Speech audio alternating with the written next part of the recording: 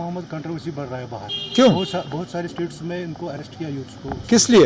I love Mohammad जो posters banners पे। अब इसमें लिखने में किसी को एतराज़ क्यों? ये 3 अल्फाज लिखने में किसको एतराज़ हो सकता है? मेरी समझ में नहीं आता ना। ये 3 अल्फाज लिखने पे ये गिरफ्तारी की वजह कैसे बनती है? ये आप इसका मतलब कोई वाकई कोई मतलब दिमागी तौर बहुत ज़्यादा बीमार होगा जो इन 3 अल्फाजों को लेके इसके ऊपर कोई केस बना सकता है।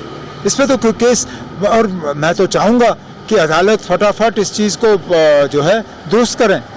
ये कहीं पे भी ये 3 अल्फाज लिखने आई लव मोहम्मद कहाँ से गैर कानूनी है ना? अगर 1 मिनट के लिए आप इसको एक मज़हब के साथ जोड़ देते हैं तब भी इसमें क्या गलती है ना?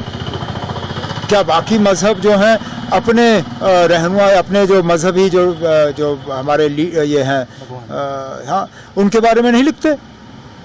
क्या हमारे जो सिख भाई बहन हैं अपने गुरुओं के बारे में नहीं लिखते?